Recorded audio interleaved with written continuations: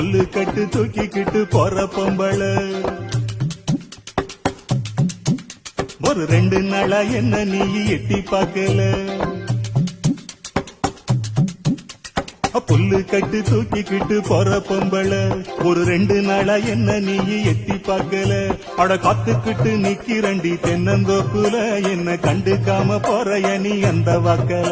அட காத்துக்கிட்டு நிக்கிறண்டி தென்னந்தோப்புல என்ன கண்டுக்காம போறைய நீ அந்த வாக்குல